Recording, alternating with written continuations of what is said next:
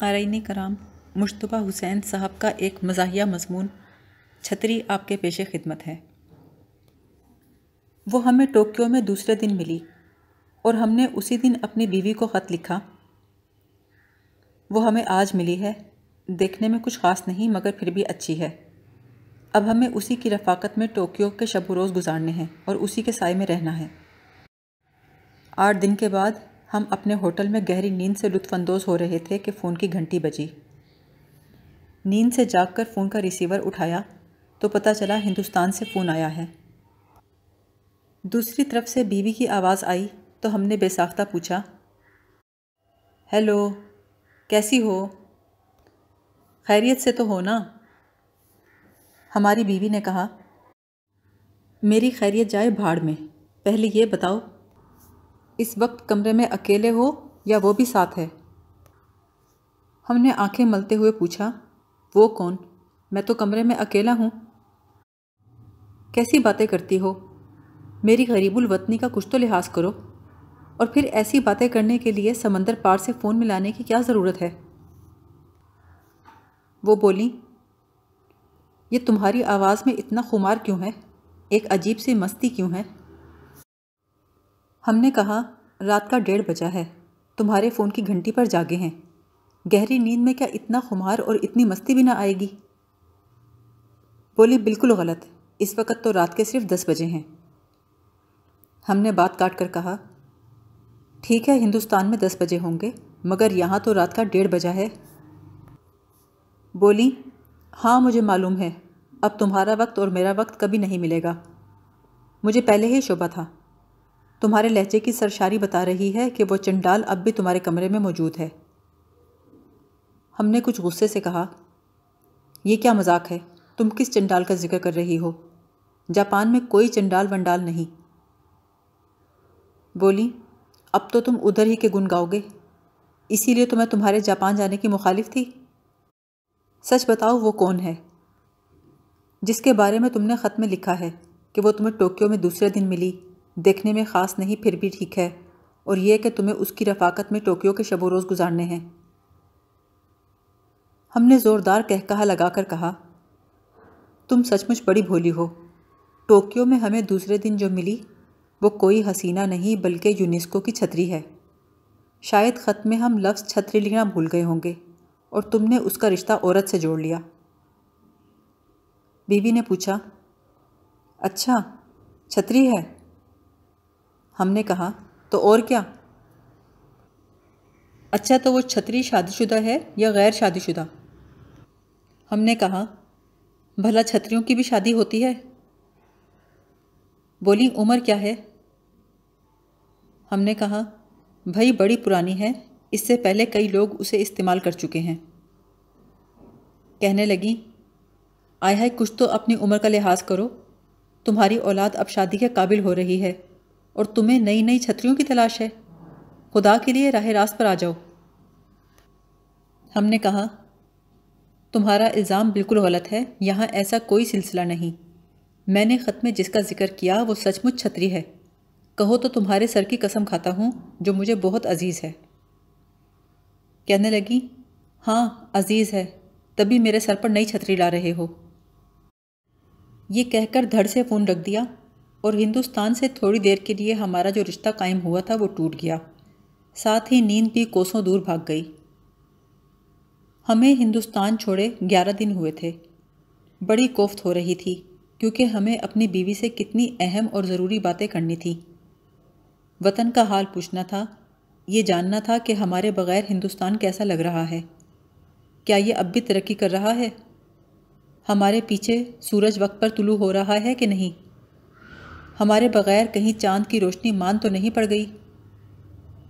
ان ضروری باتوں کے علاوہ کچھ غیر ضروری باتیں بھی پوچھنا تھیں، مثلاً ہمارے نکلنے کے وقت پکوان کی گیس ختم ہو گئی تھی، وہ ڈلوا لی یا نہیں، بجلی کٹنے والی تھی، کٹی یا نہیں کٹی، ایسی کئی باتیں تھیں جو رہ گئیں۔ بیوی پر غصہ بھی آیا کہ اولاد جوان ہو گئی ہے لیکن اب تک شک کرنے کی عادت نہیں گئی۔ اصل غصہ اس بات کا تھا کہ اس ٹرنک کال پر کم از کم 300 ساڑھے 300 روپے کا خرچہ آئے گا جو ہماری ہی جیب سے ادا ہوگا۔ گھڑی دیکھی تو رات کے 3 بجے تھے۔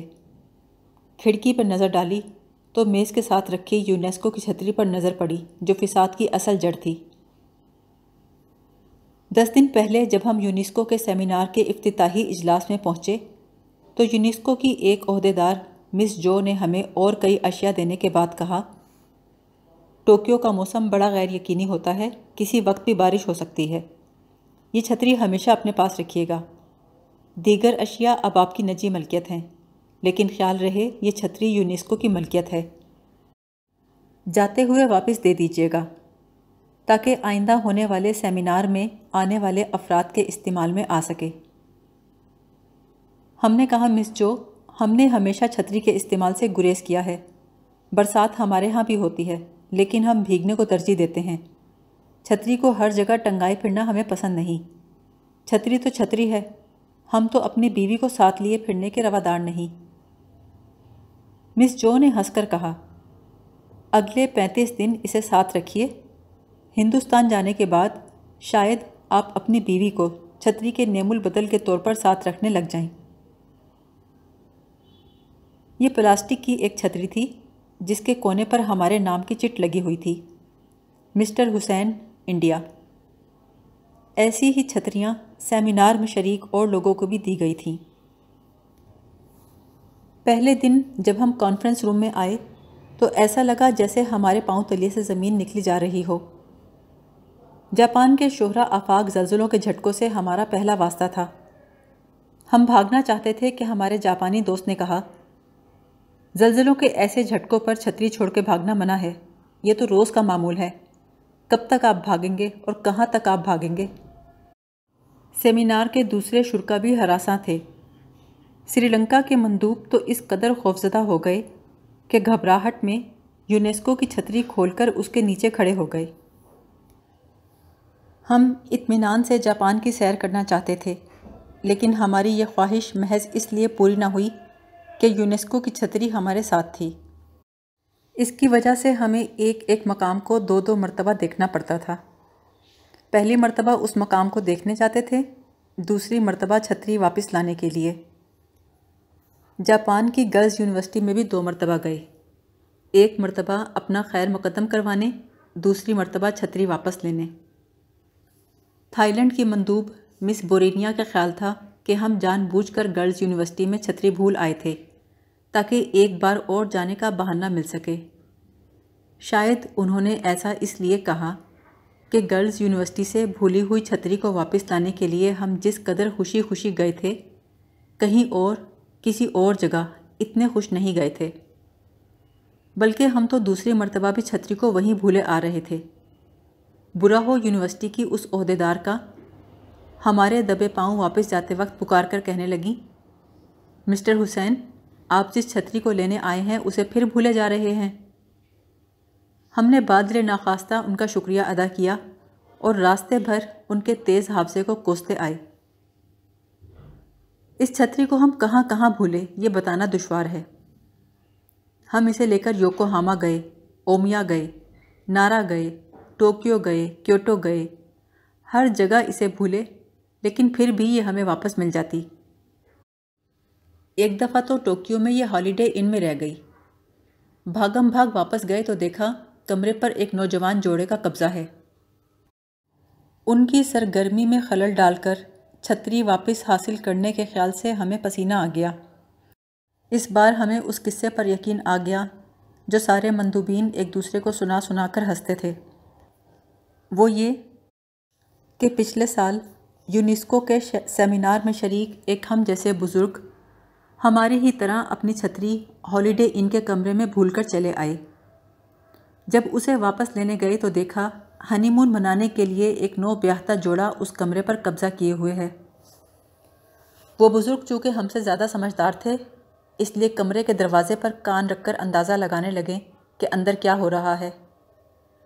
اس وقت لڑکا لڑکی سے پوچھ رہا تھا، ڈارلنگ، یہ گھنی زلفیں کس کی ہیں؟ لڑکی کہہ رہی تھی، تمہاری ہیں۔ اور یہ ہرنی جیسی آنکھیں کس کی ہیں؟ لڑکی بولی، یہ تمہاری ہیں۔ اور یہ موتی جیسے دانت؟ لڑکی بولی، یہ بھی تمہارے ہیں؟